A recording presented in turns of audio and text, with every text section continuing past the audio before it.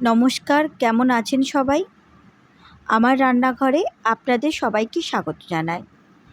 আজ আবার একটা রেসিপি নিয়ে আপনাদের সামনে শেয়ার করতে এলাম। আজকের রেসিপিটা থোড় ভাজা। এই রেসিপিটা অনেক রকমের ধরনের হয়, কিন্তু আমি কিভাবে রান্না করেছি সেটা আপনাদের সামনে বলবো। চলুন, এখানে আমি ওই যে থোড়টা একদম ছোট ছোট করে কেটে নিয়েছি।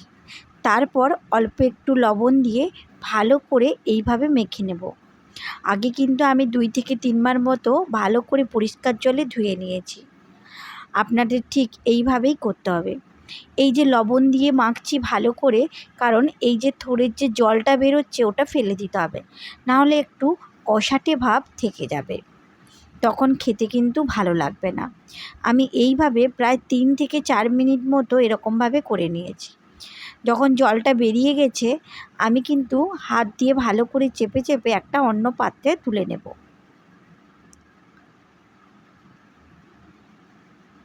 এরপর এখানে নিয়ে নিয়েছি 2টো মিডিয়াম সাইজের পেঁয়াজ, দিয়ে ভালো করে ছোট ছোট করে কেটে নিয়েছি। যারা নিরামিষ রান্না করবেন তারা এই পেঁয়াজটা না দিলেও হবে।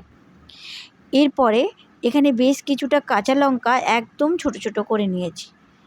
আপনারা আপনাদের ঝাল অনুযায়ী লঙ্কা নিয়ে নেবেন।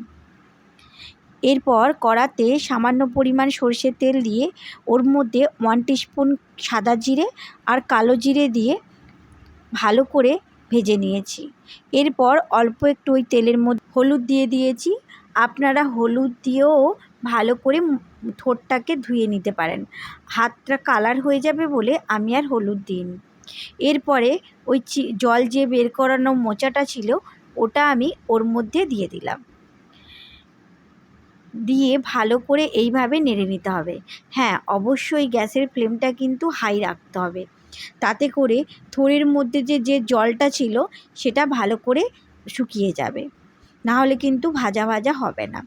আমি এইভাবে 2 থেকে 3 মিনিট ভেজে নেওয়ার পরে এরপর এখানে যে কেটে রাখা কাঁচা লঙ্কাগুলো দিয়ে দিয়েছি।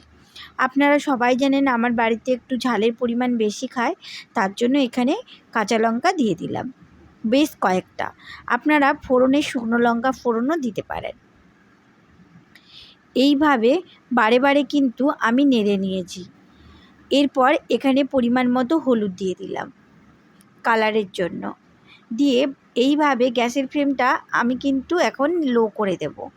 দিয়ে ভালো করে নেড়ে নিয়েছি। এরপরে এখানে আমি ওই কেটে রাখা পেঁয়াজটা দিয়ে দিলাম। দিয়ে ভালো করে ভেজে নিতে হবে। আমি আগে পেঁয়াজ দিতে পারতাম, যদি আগে আপনি পেঁয়াজ দিয়ে দেন তাহলে কিন্তু পেঁয়াজের দেখা যাবে না। ভালো মতো সেদ্ধ হয়ে গেলে পেঁয়াজটা দেখাই যাবে না, তখন আর ভালো লাগবে না। এরপর এখানে আমি পরিমাণ মতো লবণ দিয়েছি। আমি কিন্তু আগে লবণ দিয়ে ভালো করে থোড়টাকে মেখে নিয়েছিলাম, তাই এখানে স্বাদ মতো লবণ দিতে হবে। এরপর এখানে দিয়ে দেব চিনি। 1 টিস্পুন মতো চিনি দিয়ে দিলাম, যাতে করে একটু মিষ্টি মিষ্টি লাগে। যারা চিনিটা অ্যাভয়েড করবেন তারা স্কিপ করবেন, তবে চিনিটা দিলে কিন্তু খুব ভালো লাগে। থোড়ের কিন্তু অনেক রকম রেসিপি হয়, যেমন থোড়ের ঘন্ট হয়, থোড়ের যেমন চাল দিয়ে থোড় হয়। আর এই থোড়টা কিন্তু খুব উপকারিতা, বিশেষ করে মেয়েদের জন্য।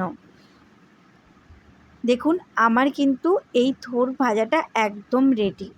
যেমন খেতে হয়েছে সেই রকম এর উপকারিতা। গরম ভাতের সঙ্গে থোড় ভাজা কিন্তু খুব ভালো লাগে। আপনাদের কেমন লাগে আপনারা কিন্তু কমেন্ট করে জানাবেন। আর কেমন হয়েছে বাড়িতে কিন্তু একবার বানাবেন। চলুন, দেখা হচ্ছে পরের ভিডিওতে।